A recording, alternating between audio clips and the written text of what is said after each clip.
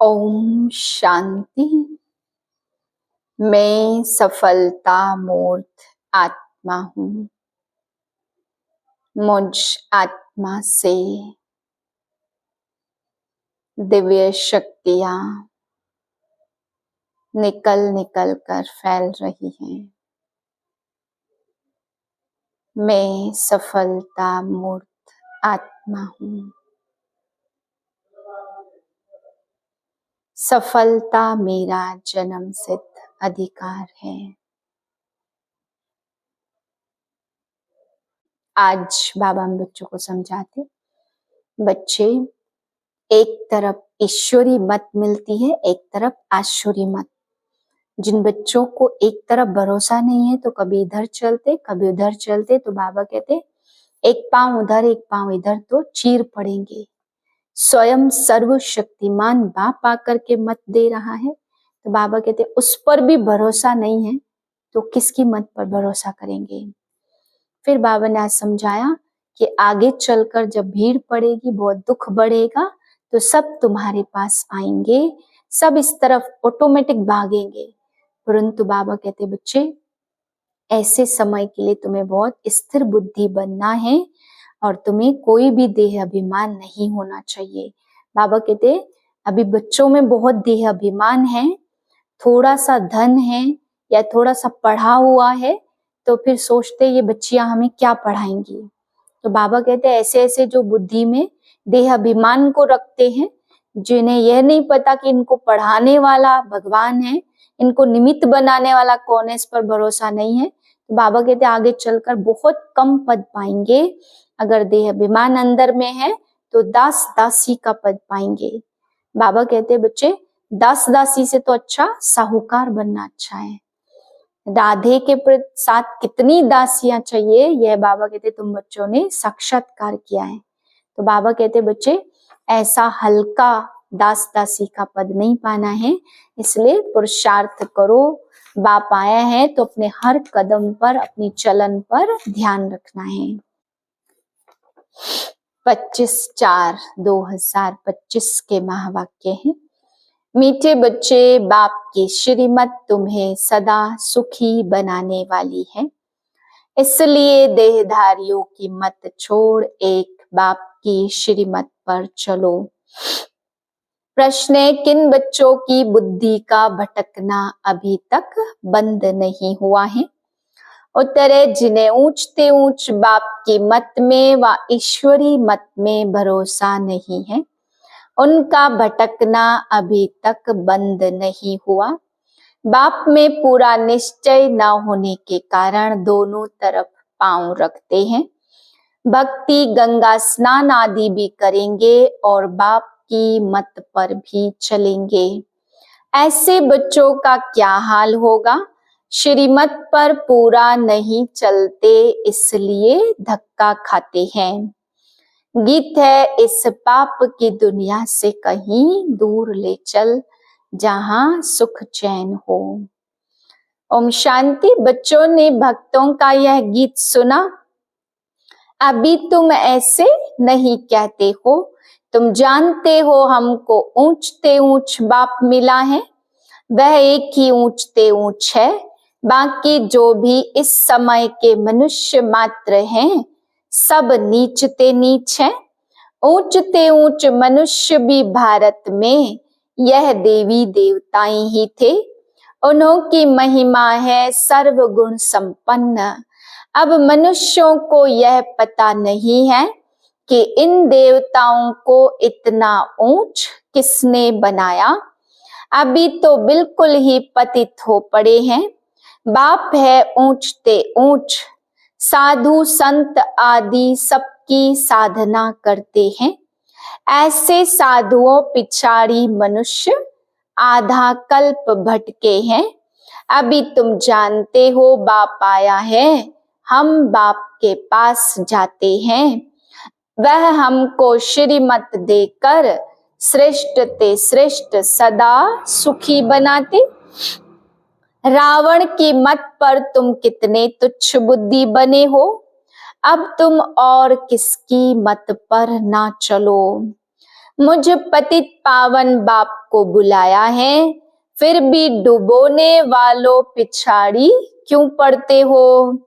एक की मत छोड़ अनेकों के पास धक्का क्यों खाते रहते हो।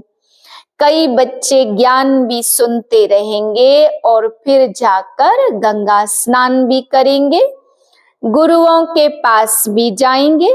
बाबा कहते वह गंगा कोई पतित पावनी तो है नहीं, फिर भी तुम मनुष्यों की मत पर जाए स्नान आदि करेंगे तो बाप कहेंगे मुझ ऊंचते ऊंच बाप की मत पर भी भरोसा नहीं है।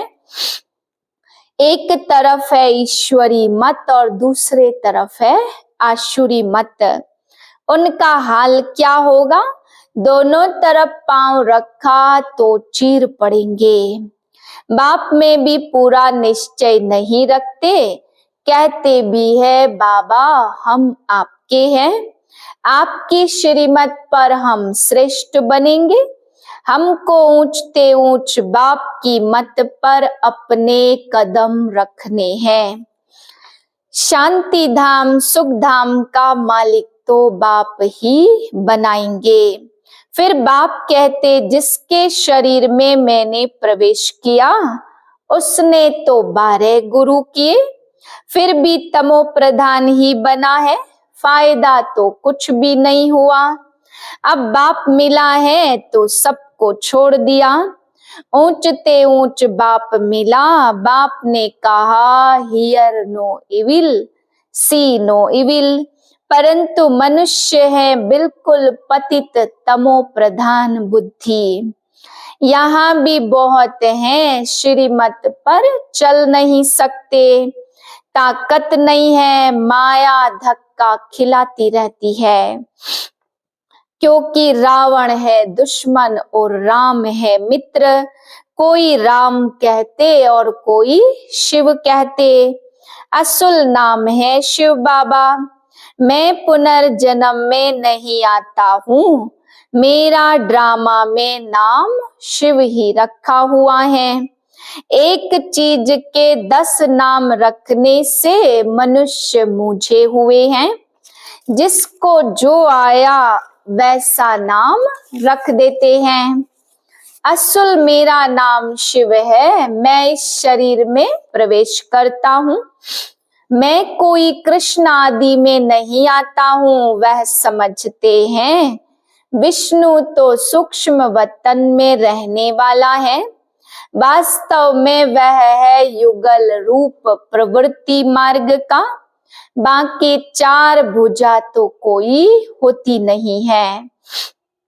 4 भुजा माना प्रवृत्ति मार्ग और 2 भुजा है निवृत्ति मार्ग। बाप ने प्रवृत्ति मार्ग का धर्म स्थापन किया, सन्यासी निवृत्ति मार्ग के हैं, प्रवृत्ति मार्ग वाले ही फिर पावन से पतित बनते हैं। इसलिए सृष्टि को थमाने के लिए सन्यासियों का पार्ट है पवित्र बनने का, वह भी लाखों करोड़ों है। मेला जब लगता है तो बहुत आते हैं, वह खाना पकाते नहीं है, गृहस्थियों की पालना पर चलते हैं। कर्म संन्यास किया फिर भोजन कहाँ से खाए, तो गृहस्थियों से खाते हैं। गृहस्थी लोग समझते यह भी हमारा दान हुआ, यह भी पुजारी पतित था, फिर अभी श्रीमत पर चल पावन बन रहे हैं।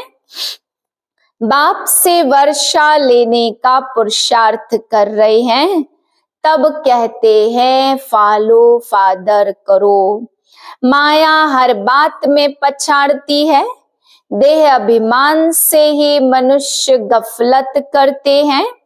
भल गरीब हो व साहूकार हो, परंतु देह अभिमान जब टूटे ना, देह अभिमान टूटना ही बड़ी मेहनत है।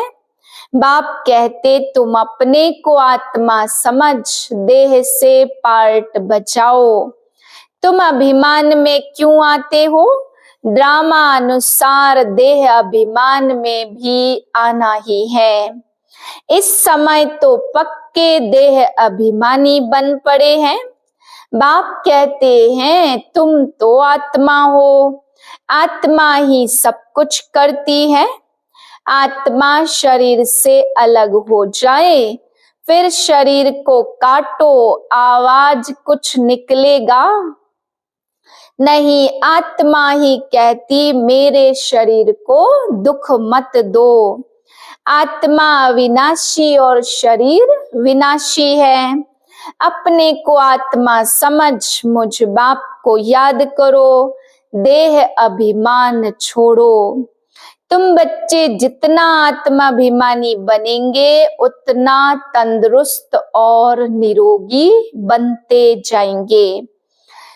इस योग बल से ही तुम 21 जन्म निरोगी बनेंगे। जितना बनेंगे उतना पद भी ऊंच मिलेगा।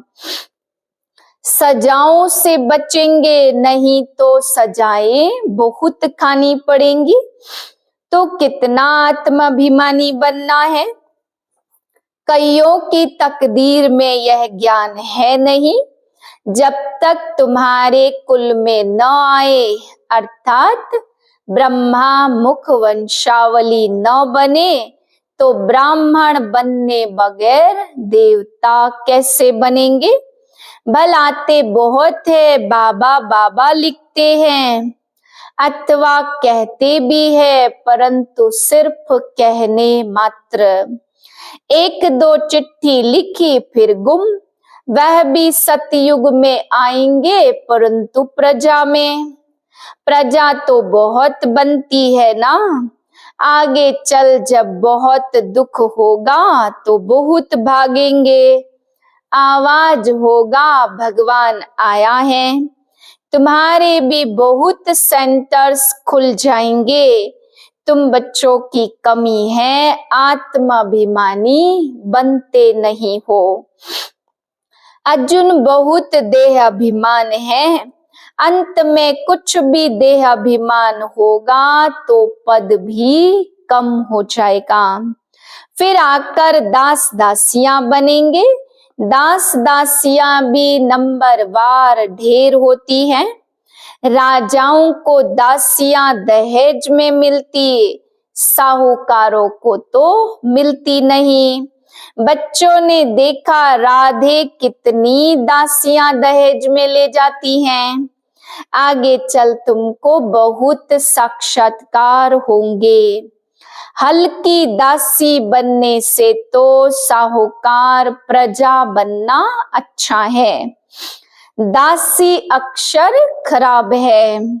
प्रजा में साहूकार बनना फिर भी अच्छा है।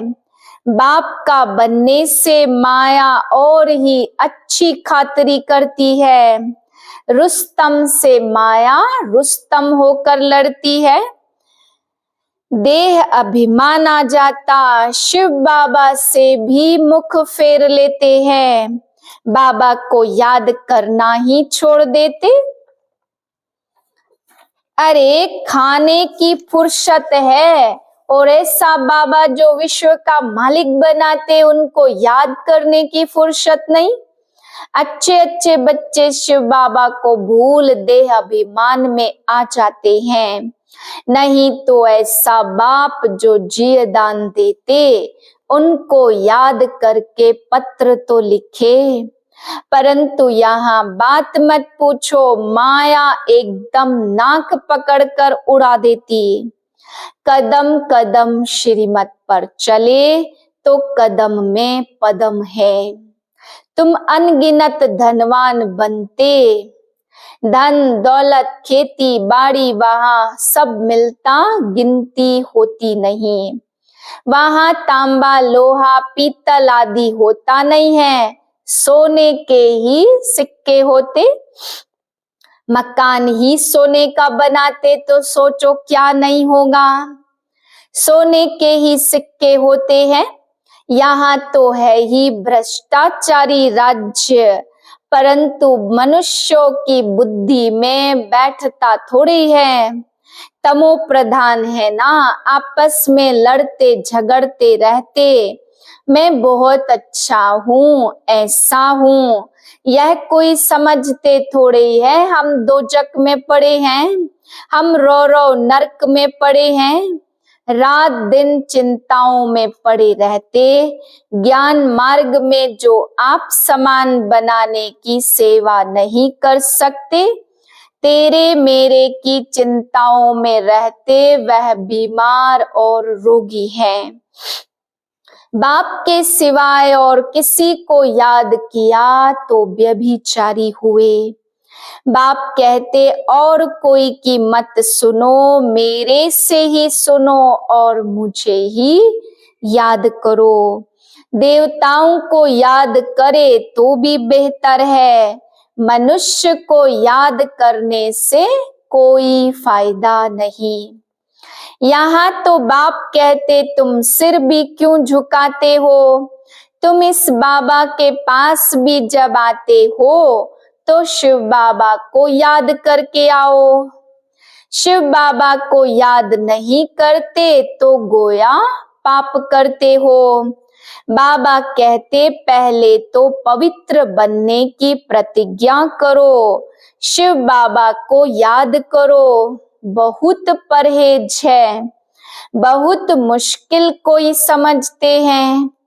इतनी बुद्धि नहीं है कि बाप के साथ कैसे चलना होता। इसमें बड़ी मेहनत चाहिए। माला का दाना बनना कोई मौसी का घर थोड़े ही है। रोज बाप कहते पोता मेल निकालो, अपना कल्याण करना है तो पूरी पूरी परहेज करते रहेंगे। उनका खान पान बड़ा सात्विक होगा। बाबा बच्चों के कल्याण के लिए कितना समझाते हैं, सब प्रकार की परहेज चाहिए। जांच करनी है हमारा खान पान ऐसा तो नहीं है, लोभी तो नहीं है, माया उल्टा सुल्टा काम कराती रहेगी। अगर अवस्था कर्मातीत नहीं हुई तो उसमें अभी टाइम पड़ा है। कितनों को आप समान नर से नारायण बनाते, क्या हम सर्विस करते हैं, अपने ऊपर नजर रखनी होती। भारत में रक्त की नदियां बहनी है, नेचुरल कैलेमिटीज होगी, वहां बॉम्ब्स से एक दो को खत्म कर देंगे। मुसीबत तो सबसे जास्ती भारत पर है। बहुत भक्ति में फंसे हैं, समझते हैं यह बच्चियां हमको क्या पढ़ाएंगी। थोड़ा पढ़ा है व धन है तो लड़ने लग पड़ते हैं। सतगुरु की निंदा कराने वाला ठोर न पाए, फिर पाई पैसे का पद पा लेते। अच्छा मीठे मीठे सिकिलधे बच्चों प्रति माता पिता बाप दादा का याद प्यार। गुड मॉर्निंग रूहानी बाप की रूहानी बच्चों को नमस्ते। हम रूहानी बच्चों की रूहानी बाप को नमस्ते। धारणा के लिए पहली पॉइंट, तेरी मेरी की चिंताओं को छोड़ आप समान बनाने की सेवा करनी है। एक बाप से ही सुनना है, बाप को ही याद करना है, व्यभिचारी नहीं बनना है। दूसरी पॉइंट, अपने कल्याण के लिए खान पान की बहुत परहेज रखनी है। किसी भी चीज में लोभ नहीं रखना है। ध्यान रहे माया कोई भी उल्टा काम न करा दे। वरदान है निर्णय शक्ति और कंट्रोलिंग पावर द्वारा सदा सफलता मूर्त भव। किसी भी लौकिक या अलौकिक कार्य में सफलता प्राप्त करने के लिए विशेष कंट्रोलिंग पावर और जजमेंट पावर की आवश्यकता होती है, क्योंकि जब भी कोई आत्मा आपके संपर्क में आती है तो पहले जज करना होता कि इसे किस चीज की जरूरत है।